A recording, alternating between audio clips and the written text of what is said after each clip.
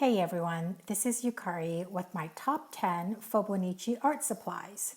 The first on my list would be waterproof pens. I have several that I use all the time. The first one is the Platinum Carbon pen. It's my favorite pen to draw with.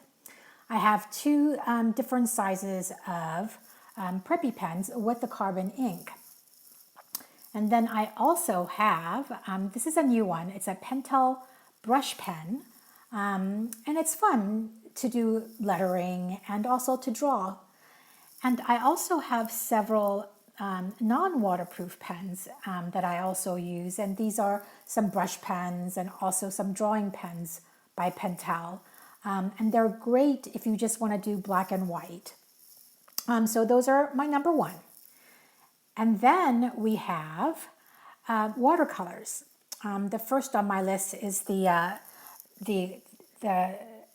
Tombi Gansai watercolors. They're fun. I don't use it that often, but they're vibrant colors. The one that I do use a lot is my next set, which is my Winsor & Newton half pen travel set. And they're great because they're organized in warm and cool colors, and they come in these little half pans that can be replaced. If you want to try new colors, you can do that. But these are great. And then I have the Koi watercolor set. This is my first travel watercolor kit, and as you can tell, I've used it quite often. I love it because on the side there's a sponge where you can clean your brush, and you can also put water in the tub to clean your brush. My latest acquisition is the Daniel Smith watercolors. They're tubes, and I put it in my extra palette. It's big enough that I can mix colors, so I love my watercolors. I also have the Artist Loft. I think they're by Michaels. They come in many colors, and the colors are pretty vibrant too. It's a little chalky, so you have to be careful. And then we have the Inktense. These are the blocks. I have the full set, and I use them just like watercolors, except they're ink. So once they're dry, they dry permanently. I love the colors. I also have a few of the Inktense pencils, and I like those too. And when I travel especially, I take those with me instead of the blocks. And they're wonderful.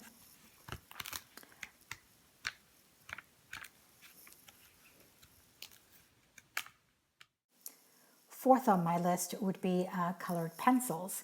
Here I have the Crayolas, which are fine for everyday use. They come in many colors, and you can blend with them, so they're pretty good. My favorite though are the Prismacolors.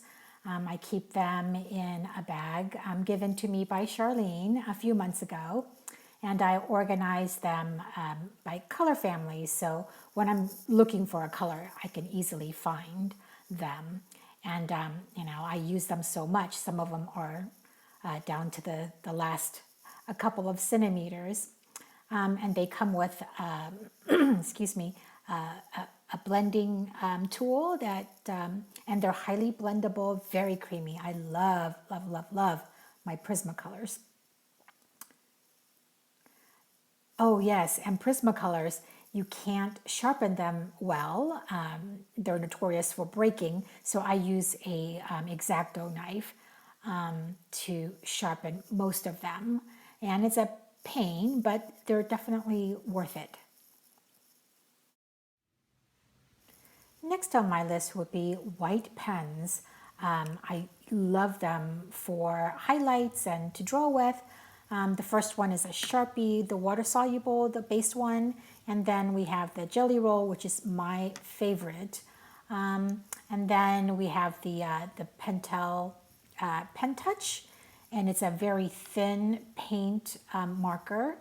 And then we have the China marker, which you can use on top of watercolors and some acrylics. And so they're great for drawing and also for highlights. And if you do a lot of faces, you know that you use a lot of white. Next on my list are my brushes. There are a couple that I use most often. Those are my size 8 and 6 round brushes. One's by Grumbacher and one's by, I think, Cotman. And then I have, I think that's a number 2, and a liner brush and a couple of blending ones. And, I think it's important to buy good brushes because they hold a lot of pigment. So they're definitely worth the money. I also have the aqua brushes by Pentel. They come in small, medium, and large bristle. And then I also have the Tim Holtz, and that's in small. And they're great for travel, and I take them with me when I travel, and I mainly use them for my Inktense blocks because you can just directly touch the blocks, blend on my freezer paper, and then apply onto my paper. So they're wonderful. And now we have the markers. These are my SAI watercolor markers, and these are the Crayolas. And I don't use them directly on my paper because they tend to bleed through. But instead, I use my next supply, which is the freezer paper. I put the colors on, just like I'm doing here.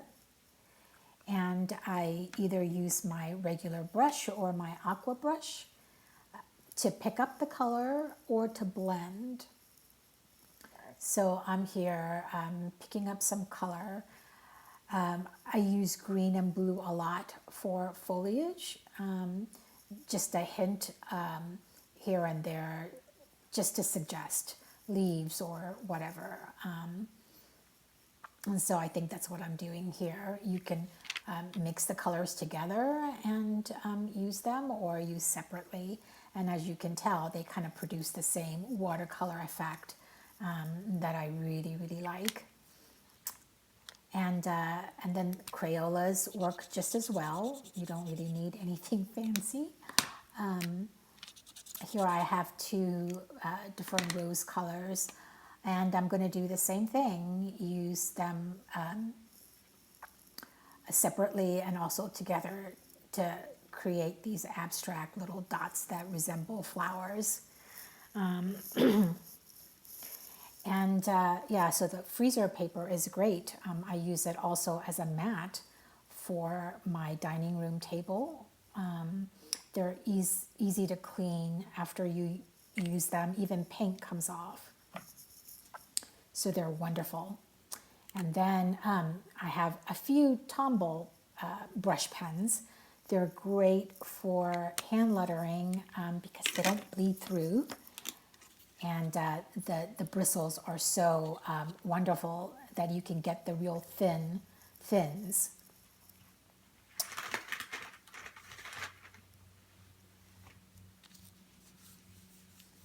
And as you can tell, or you can see, the freezer paper is really easy to clean. And next I have Shtajiki, which is, I think it's called pencil board. I just took a graph paper and laminated it. I use it to put under the sheet that I'm working, so if I'm painting, I don't have to worry about getting it on the other side or other pages. And I use the grid to line things up when I'm working in my book. And my pages are so thin that you can definitely see the grid marks. And I've also used that as a palette too, so they're quite handy to have. And the last one on my list would be my phone. I use it to find reference images, to find quotes, inspiration, I do a lot on my phone, and so I couldn't do my Fauxbonichi without my phone. So that's it. I hope you enjoyed my top 10 Fauxbonichi supplies. And thanks for watching this video. And follow me on my blog at artbyukari.com. And also join us on Facebook at Fauxbonichi Journalers.